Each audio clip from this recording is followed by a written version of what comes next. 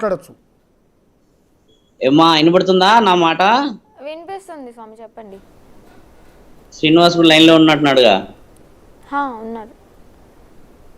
ఎందుకు లోకం అంతా అఘోరి అమ్మ అంటుంటే మీరు శ్రీనివాస్ అని పిలుస్తున్నారు? నేను శ్రీనివాస్ అనే పిలుస్తాను. అఘోరి అని మీరు అనుకుంటే సరిపోదు కదా శంకరా. ఎవరు ఎలా పిలుచుకోండి నాన్న, ఇప్పుడు నాకేం పరకబడదు. ఇంకా పరకు నేను పడిస్తాను, మీరు టెన్షన్ ఏం పడకండి, ఆ విషయాలు వదిలేసేయండి. అఘోరి అన్న విషయం నేను మళ్ళీ మాట్లాడతా మీతోని. అమ్మాయి ఇష్టంగా వచ్చిందని లాస్ట్ టైం కూడా చెప్పాను.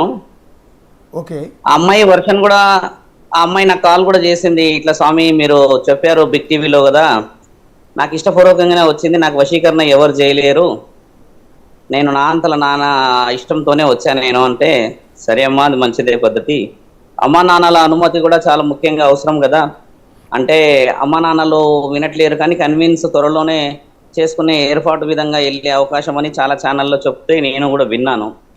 ఇప్పుడు కూడా శ్రీనివాస్ చెప్తుంది ఏంటంటే, నన్ను ఎవరు ఆపలేరు, నన్ను ఎవరు ఏం చూడలేరు, నేనేం చేసుకోవాలో చేసుకుంటా అని మాట్లాడుతున్నాడు. కాబట్టి అఘోరి తత్వానికి శ్రీనివాస్కి సంబంధం లేదు. శ్రీనివాస్ ఏమైనా చేసుకోవచ్చు, he has a right to go anywhere, ఏదైనా చేసుకునే రైట్స్ ఉన్నాయి. కానీ అఘోరి అని పేరు పెట్టుకొని పోతానంటే మాత్రం ఆ రైట్ వే కాదు. అఘోరి అమ్మ అన్న వర్డ్ మీరు ఏదైతే అంటున్నారో, it has to declared by the akhadas of the Kashi నుంచి, ఆ అఖాడాల నుంచి, అధికారుల నుంచి మీరు మాట్లాడే విషయానికి నేను వివరణ ఇస్తా. ఆ అమ్మాయి పెళ్లి చేసుకున్నది వాళ్ళు ఏ విధంగా చేసుకున్నారనేది మీరు అన్నట్టుగానే చట్టానికి అవసరం లేదు, కానీ కన్న తల్లిదండ్రులకి చెప్పాల్సిన అవసరం శ్రీనివాస్కి అయితే ఉన్నది. ఇప్పటికీ కూడా శ్రీనివాస్ వచ్చేసి ఆ పోలీస్ అధికారుల దగ్గర ఈ అమ్మాయి, అప్పుడు ఈ అమ్మ ఉన్నది కదా వర్షిని, ఇద్దరు కలిసి ఏకగ్రీవంగా మేమిద్దరం ఉన్నామని చెప్పి రాయించుకునేంత వరకు చట్టపరంగా పోలీస్ అధికారులే కానీ మీరు అన్నట్టుగా వాళ్ళ అమ్మా నాన్నలు ఖచ్చితంగా వెంబడిస్తూనే ఉంటారు.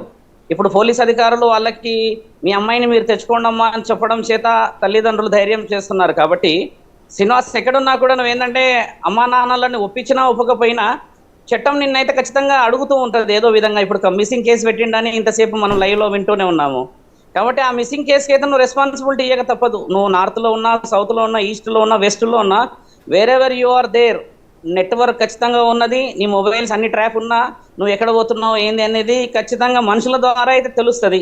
ఫోన్లో ట్యాప్ ఉన్నది, ఆ అమ్మాయి నేను సెక్యూర్ చేస్తుంది, that is very good information. So she has know everything about ఎక్కడెక్కడ పోతున్నాను అన్న సంగతి.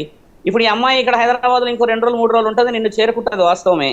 కానీ పోలీస్ అధికారులు అయితే నిన్ను అడిగే హక్కు ఉమ్మాటికి 100% ఉన్నది వాళ్ళకి. ఆ విషయంలో నువ్వు ఒప్పుకొని, ఆ అమ్మాయి ఒప్పుకొని పెళ్లి చేసుకున్న వాళ్ళు కూడా, ఒక పురుషుడు ఒక స్త్రీ పెళ్లి చేసుకున్నా కూడా పోలీస్ అధికారులకు వచ్చి నాకు వీళ్ళ వల్ల రక్షణ ఈ విధంగా ఉంది, వీళ్ళు నన్ను ఈ విధంగా ఇబ్బంది పెడుతున్నారు అని చెప్పిన తర్వాత acceptance letter by the law and order department and acceptance by the parents, ఆ అమ్మాయి వాళ్ళ పేరెంట్స్ నుంచి మా ఇద్దరి మధ్యలో ఈ విధంగా ఏకగ్రీవ పత్రం ఉన్నదని చెప్పేసి ఆ పత్రాలు రాసుకున్న తర్వాత నువ్వు ఎక్కడైనా లీడ్ చేసుకున్న రైట్స్ ఉన్నాయి. ఇప్పుడు ఆ రైట్ లేదు, నాకు అలా చేయలేనంటే నువ్వు మళ్ళీ సమాజాన్ని వేరే విధంగా భ్రష్టు పట్టించే మాటలే మాట్లాడుతున్నావు, కానీ వితండవాదం ఉన్న మాటలే. కానీ నేను అలాగ అనలేదు స్వామి గారు, నేను అలా అనలేదు.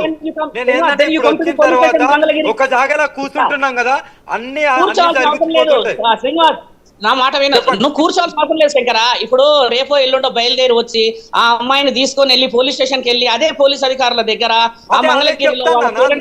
నేను అదే చెప్తాను స్వామి గారు, నేను అదే చెప్తాను. నేను ఇప్పుడు ఆగ్రాలో ఉన్నాను కదా, బయలుదేరాను, నేను ఎట్టి పరిస్థితుల్లో డైరెక్ట్ తెలంగాణకి వస్తున్నాను. నేను మీడియా ముఖంగా చెప్పేది ఏంటంటే, ఆ అమ్మాయి నువ్వు తీసుకుపోయే రైట్స్ నీకు ఇంకా రాలేదు. ఆ అమ్మాయి నువ్వు వితండవాదం చేస్తున్నావు కదా, రైట్స్ తీసుకురండి అంటున్నాను. మొదట ఏంటంటే, నాకు ఈ అమ్మాయి ఇష్టము, నాకు నేను ఇద్దరం పెళ్లి చేసుకున్నాం అన్న దానికి సర్టిఫికేషన్ హ్యాస్ టు కమ్. ఇప్పుడు సర్టిఫికేషన్ నీకు రాకపోతే నీకు రక్షణ లేదు ముమ్మాటికి. ఆ రోజు ఉజ్జయిన్లో పోలీస్ అధికారులు అర్ధరాత్రి 2 గంటలకు వచ్చి తీసుకుపోతుంటే చూస్తూ నిలబడిపోయావే తప్పితే అమ్మాయిని ఆపే ప్రయత్నం చేయలేదు. అంటే నీకు ఆడ ప్రాణ భయం ఉంది, లా అండ్ ఆర్డర్ భయం ఉన్నదని అర్థం కదా. ఎందుకు ఆపలేవు మరి? ఆ రోజు ఆపాల్సింది కదా, ఆపేసి ఆ అమ్మాయిని నువ్వు అలా ఇలా తీసుకుపోతావు నా భార్య అని చెప్పి ఆపాల్సింది కదా శంకరా. నువ్వు ఎందుకు ఆపలేవు మరి?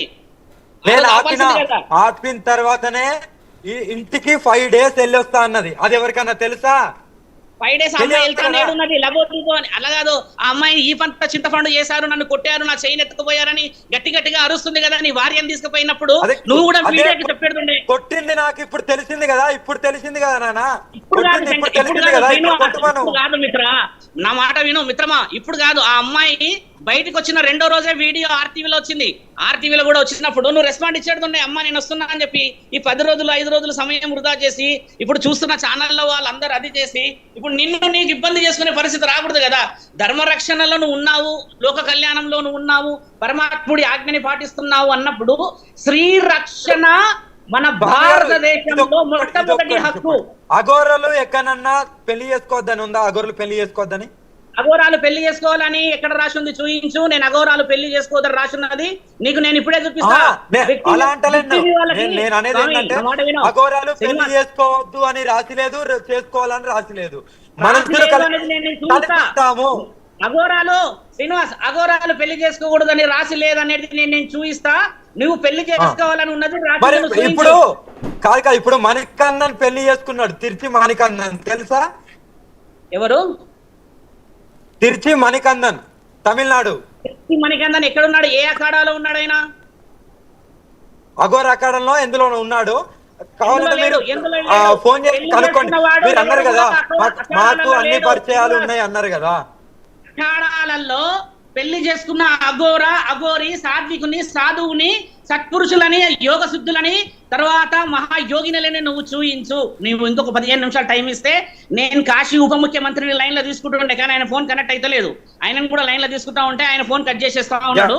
నేను ఆయననే లైన్ తీసుకునేవాడిని. ఇప్పుడు ఇంకొక 10 నిమిషాలు నాకు టైం ఇస్తే నేను 6:30 తర్వాత వాళ్ళని కూడా లైన్ తీసుకుంటా. కాశీ నుంచి డైరెక్ట్ గా ఏ అఖాడాల నుంచి 15 ఉత్తరప్రదేశ్ లో ఉన్న 9 అఖాడాల గురించి, కాశీ క్షేత్రంలో ఉన్న 10 అఖాడాల గురించి నువ్వు మాట్లాడుతున్నావో ఆ అఖాడాల అధికారులతోనే మాట్లాడిస్తా. అఘోర శాసన గ్రంథంలో పెళ్లి చేసుకోవాలని ఉందని చెప్పి ఎల్లూరి శ్రీనివాస్ అంటున్నారు.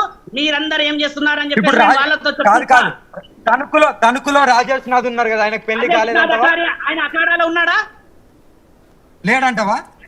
ఆయన అఖాడాలో లేడు. ఆయనంతలో ఆయన సొంతంగా ఆయన ఒక నిర్ణయం తీసుకొని అక్కడ నుంచి వెళ్ళిపోయి ఆయన అక్కడ ఉన్నాడు. కానీ నేను నిర్ణయం తీసుకున్నాను ఈ నిర్ణయం, కానీ నువ్వు అఘోరాలు పెళ్లి చేసుకున్నారు అన్న నిర్ణయం చెప్పకూడదు. నా సొంతంగా నేను కూడా నిర్ణయం తీసుకున్నాను. శ్రీనివాస్ నీ ఇష్టం నువ్వు విర్రవీగు. నేను చెప్తుంది కూడా అదే. లా అండ్ ఆర్డర్ ప్రకారంగా, సివిలైజేషన్ గా, ప్రకారంగానే వెళ్తాము. ఓకేనా? మేము మ్యారేజ్ సర్టిఫికేట్ కూడా తీసుకుంటాము. ఓకేనా? మ్యారేజ్ సర్టిఫికేట్ మీకు కావాల్సింది నేను చెప్తున్నది అది తీసుకుంటాము. నువ్వు తీసుకో. చూడు శ్రీనివాస్, నువ్వు సర్టిఫికేట్ తీసుకో, పోలీస్ స్టేషన్ కి వెళ్ళు, లీగలైజేషన్ చేసుకో, రెగ్యులరైజేషన్ చేసుకో, దట్ ఈస్ యువర్ రైట్. కానీ తీసుకున్న తర్వాతనే అప్పుడు మీడియా ముందుకు వస్తాము. ఓకేనా? అప్పుడు వచ్చేసారు, అక్కడికి వెళ్ళి వచ్చేసాయి. ఆ వర్షిని అమ్మాయికి రక్షణ లేదు స్వామి, ఎక్కడో ఉంటానంటుంది. దానికి బాధ్యత నువ్వు వహిస్తావా? ఈ రోజు రాత్రికి అమ్మాయికి ఏమన్నా అయితే నువ్వు నేను రావడానికి 2 రోజులు అవుతుంది అంటున్నావు కదా. ఆ అమ్మాయికి ఏమైనా నాదే బాధ్యత. ఓకేనా? అమ్మాయి తల్లిదండ్రులు వదిలిపెట్టి వచ్చింది, నువ్వు ఎక్కడో ఉన్నావు.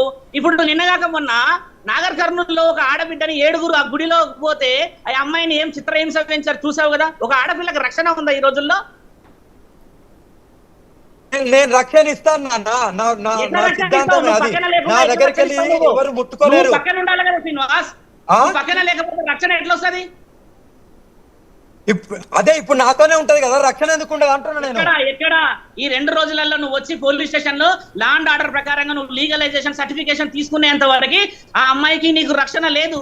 పోలీస్ అధికారులను ఇవ్వని చెప్పయ్యా నీకు పేపరు. నేను ఢిల్లీలో ఉన్నాను కదా, మార్నింగ్ వరకే హైదరాబాద్ లో ఉంటున్నా. ఓకేనా? నువ్వు హైదరాబాద్ కి వచ్చి మంగళగిరికి పోయి, మంగళగిరి నుంచి పోలీస్ స్టేషన్ నుంచి వాళ్ళ పేరెంట్స్ మధ్యలో ఒప్పించి పేపర్ తీసుకొని ముందుకు పో. అంతేకాని ఇలాంటి వితండవాదం చేసేసి అదే నిజము, అదే సాత్వికము, అదే ధర్మము, అదే నిజం అని చెప్పాల్సిన అవసరం లేదు కదా మీకు. నేను అదే లీగల్ గానే వెళ్తాను. నేను వస్తున్నాను హైదరాబాద్ కు. ఓకేనా? అమ్మా నాన్నతో ఒప్పించుకున్న లెటర్ రాసి ప్రెస్ నోట్ రిలీజ్ అయ్యి, పోలీస్ అధికారులు ప్రెస్ చేసిన నోటీస్ రిలీజ్ అయ్యి, ఇవన్నీ రిలీజ్ చేయకుండా నువ్వు వచ్చేసాయి నేను చూసుకుంటా, ఎవడొస్తాడు చేస్తాడంటే సమాజం నిన్ను చూస్తున్నప్పుడు, ఆ అమ్మాయిని చూస్తున్నప్పుడు ఏం నేర్చుకోవాలి? లోక కళ్యాణం అంటే ఇదేనా? నానా ఇక్కడ పెళ్లి సంబంధం పెళ్లి గురించి మాట్లాడుతున్నాను. ఓకేనా? నేను లోక కళ్యాణం గురించి అది ఎప్పుడు ఆగదు. అది ఇప్పుడు కాదు, ఎప్పుడు నా ప్రాణం వదలడం కూడా అలాగే వదులుతాను. ఆ మాట విను. పెళ్లి లోక కళ్యాణం గురించి మాట్లాడలే, ఇక్కడ మ్యారేజ్ గురించి మాట్లాడుతున్నా నాన్న. మాట్లాడుతున్నావు కదా, ఆ మ్యారేజ్ గురించి వెళ్ళి ఎక్కడ మాట్లాడాలి? నువ్వు పేరెంట్స్ తో మాట్లాడాలి, పోలీస్ స్టేషన్ లో లీగల్ గానే వెళ్తాను, ఓకేనా? నేను లీగల్ గానే వెళ్తున్నాను, మీడియా పరంగా చెప్తున్నా కదా, లీగల్ గానే వెళ్తాను. అమ్మాయి కూడా చెప్తున్నాను కదా, ఇలాంటివి మీరు చేయడం వల్ల ఏమవుతుందంటే మీకు మీరు బహిర్గతమై రక్షణ లేని పనులు చేసుకుంటున్నారు. మీరు ఆలోచించి దాన్ని ధర్మం అనకూడదు. ఆ ధర్మాన్ని పాటించాలంటే మానవ ధర్మం ముఖ్యమైనది. మానవ ధర్మాన్ని పాటించాలంటే పరధర్మాన్ని పాటించాలి. నాలుగకి అడ్డు లేకుండా మేము చేసే పనులే న్యాయం అంటే ఏ విధంగా ధర్మాన్ని కాపాడుతావు నువ్వు? సరే సరే అంటే స్వామి శివరుద్ర స్వామి, అండి స్వామి ఇప్పుడు ఆయన అంటున్నది ఏంటంటే, సారీ